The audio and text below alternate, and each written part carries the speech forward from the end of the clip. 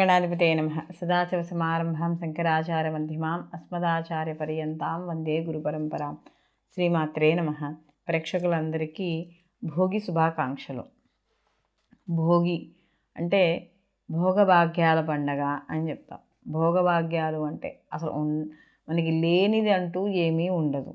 అంతా సంతోషం, ఆనందం, ఆరోగ్యం, ఐశ్వర్యం అన్నీ కూడా అలాంటి ఇచ్చే పండగే మనకి ఈ యొక్క భోగి పండగ. ఈ భోగి పండగ అనేది మనకి ఉదయాన్నించే అంటే మనకి తెల్లవారుజాము నుంచే ప్రతి ఇంట ప్రతి వీధిలోనూ కూడా మనకి ఈ భోగి మంటలు వేయడం అనేది కనబడుతూ ఉంటుంది. అయితే అక్కడ మనకి పట్టణాలు కావచ్చు, పల్లెలు కావచ్చు, పల్లెల్లో అయితే ఇంకా ఎక్కువగా విశేషంగా కనపడుతూ ఉంటుంది. అలాగే పట్టణాల్లో ఉన్న వాళ్ళు పల్లెలకు వెళ్ళి మరీ చేసుకునే పండగే ఈ యొక్క భోగి, సంక్రాంతి మనకి వచ్చే ఈ పండుగలు. అయితే ఈ పండగకి భోగి పండుగ రోజు మాత్రం అసలు ఎటువంటి నియమాలు పాటించాలి అని చూసుకుంటే, భోగి రోజు సూర్యోదయానికి పూర్వమే లేచి స్నానాదులు కూడా కానిచ్చుకోవాలి. ఈరోజే ఇంట్లో పెద్దవాళ్ళు ఎవరైనా ఉంటే కూడా మనకి చూడండి, ఇంట్లో చిన్నపిల్లలు ఉన్నా వాళ్ళ తర్వాత తరాల వాళ్ళు ఉన్నా కూడా అందరికీ కూడా నెత్తి మీద చమురు పెట్టి వాళ్ళకి శుభ్రంగా నువ్వుల నూనెతో మామూలుగా ఒళ్ళు నలుచుకొని స్నానం చేసి తల రుద్దుకుని అప్పుడు భోగి మంటలు వేయడం అనేది జరుగుతుంది. ఈ భోగి రోజు మనకి ధనుర్మాసానికి ఆఖరి రోజుగా చెప్పడం అనేది జరుగుతుంది. అందుకనే ఈ భోగి రోజు మనకి గోదా కళ్యాణం కూడా చేస్తూ ఉంటారు. అలాగే ఈ భోగి మంటలలో సహజంగా మనకి చూడండి, సంక్రాంతి అనేటప్పటికీ వారం 10 రోజుల నుంచి ప్రతి ఇల్లు సర్దుకోవడం అనేది ఉంటుంది. ఎందుకంటే విరిగిపోయిన కుర్చీలో లేకపోతే బల్లలో అక్కలని చెక్క ముక్కలో ఏవైనా ఉంటే ఇవన్నీ కూడా సంక్రాంతికి భోగి మంటల్లో వేయడానికి మనం పాత సామాన్లు కానీ ఇవన్నీ వేస్తూ ఉంటాం. అంటే కాలిపోయేవి వేస్తూ ఉంటాం. అయితే ఇక్కడ ఇంట్లో పెరట్లో కూడా ఏవైనా ఎండిపోయిన ఏవైనా కొమ్మలున్నా ఏమున్నా కూడా అవన్నీ తీసి అలాంటివన్నీ కూడా వేయడం, దూలాలు అవన్నీ రెడీ చేసుకోవడం ఇవన్నీ కూడా మనకి కనపడుతూ ఉంటుంది ఈ భోగి పండుగ అనేటప్పటికి. అలాగే ఇంట్లో వాళ్ళు కూడా ఇక్కడ భోగి మంట వేసేటప్పుడు ఇక్కడ ఒక నియమం ఉంది. భోగికి మనం భోగి మంట వేసేటప్పుడు కూడా ఎలా పెడితే అలా వేయం. అక్కడ ఆ భోగి మంట వేసే చోట నీళ్లు జల్లి ముగ్గు వేసి దాని మీద ఈ యొక్క కర్రలు కానీ కలప కానీ ఏదైతే ఉందో దాన్ని పేర్చడం అనేది జరుగుతుంది. అందుకని అక్కడ వెలిగించేది కూడా మనం వెలిగించినప్పుడు సాక్షాత్తు మనకి అగ్ని అంటే ఆయన దైవంగా భావిస్తాం కదా అగ్నిని మనం. కాబట్టి ఆ యొక్క భావించినప్పుడు ఆయన్ని ఎలా పెడితే అలా తాకరాదు. అందుకని కొంతమంది చూడండి, పడుకున్న బట్టలతోనే రాత్రి నిద్రపోయిన బట్టలతోనే భోగి మంటలు వేస్తూ ఉంటారు. అది చాలా పొరపాటు. ఎప్పుడూ కూడా భోగి మంటల్లో ప్రత్యేకంగా ఏదో మామూలు చలికాలం కాచుకునే మంట కాదది. భోగి మంట అంటే సాక్షాత్తు ఆయన అగ్నిస్వరూపుడు ఆయన. కాబట్టి అలాంటి అదొక యజ్ఞంగా భావించాలన్నమాట మన యొక్క భోగి మంటని. అలాంటి ఆయన దగ్గరికి వెళ్ళినప్పుడు మనం ఏం చేయాలి, స్నానం చేసి శుచిగా వెళ్ళాలి. కొత్త బట్టలు వేసుకున్నా లేకపోయినా ఉతికారేసిన బట్టలు వేసుకుని నుదుటన కుంకుమ కానీ మగవాళ్ళైతే విభూది కానీ ధరించి అక్కడికి వెళ్ళి అప్పుడు భోగి మంటలు వేయాలి. అలాగే ఇక్కడ ఈ భోగి మంటల్లో విశేషంగా వేసేది అంటే కలపతో పాటుగా ఆవు పిడకలు. ఎలా వేస్తాము అంటే మనకి ధనుర్మాసం మొదలవుతుంది కదా, రవి ధనుసు రాశిలోకి ప్రవేశించినప్పుడు ఆ ధనుసు రాశిలో ప్రవేశించినప్పుడు మనకి ధనుర్మాసం మొదలవుతుంది. అప్పటి నుంచి ప్రతి ఇంట్లో కూడా గొబ్బెమ్మలు పెట్టడం అనేది జరుగుతుంది. ఈ గొబ్బెమ్మలు ఏవైతే పెట్టామో ఈ పెట్టిన 15 రోజులు పెడతారు, కొంతమంది నెలంతా కూడా పెడుతూ ఉంటారు. ఈ పెట్టిన గొబ్బెమ్మల్ని ఏం చేస్తాం, మధ్యాహ్నం తీసి పిడకల కింద చేసి ఓ చిల్లు పెట్టి ఎండబెడతాం.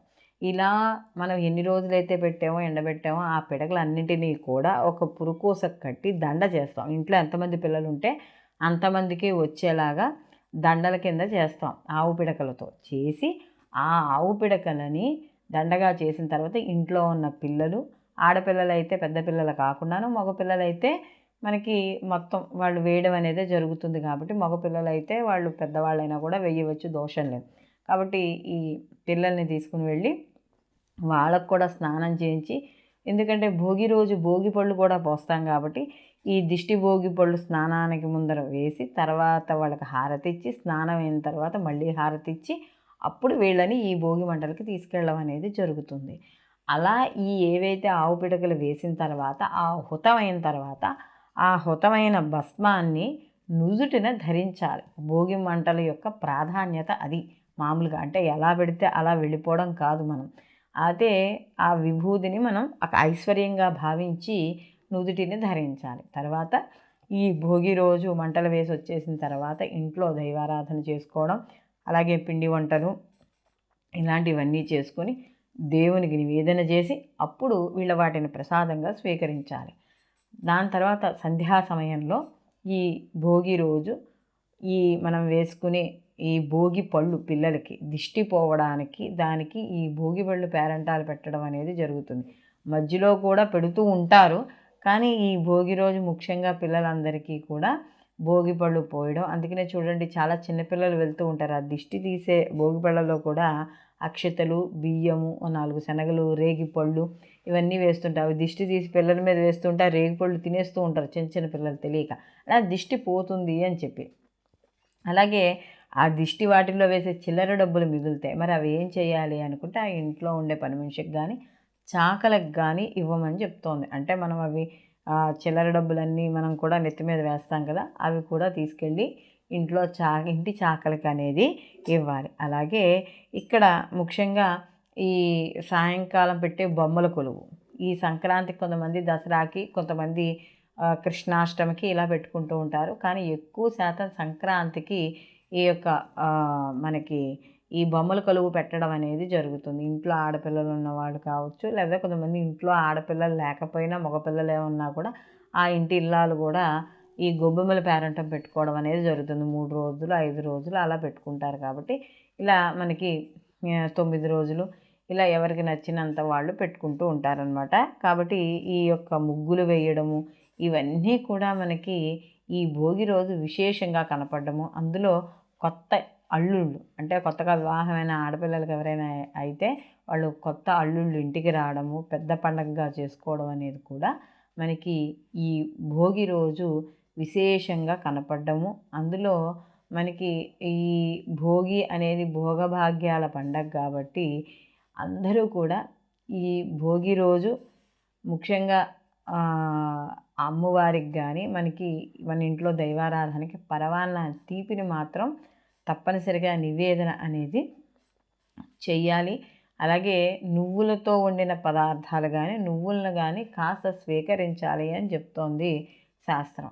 అప్పుడు మొత్తాన్ని అందరూ కూడా ప్రేక్షకులందరూ కూడా ఈ భోగి పండగని చాలా సంతోషంగా ఆనందంగా గడపాలని, అలాగే మీకు ఏవైతే కోరికలు ఉన్నాయో ఆ కోరికలన్నీ కూడా తీరాలని మనస్ఫూర్తిగా కోరుకుంటూ సర్వేజన సుఖినో భవంతు, లోకా సంస్థ సుఖినో భవంతు.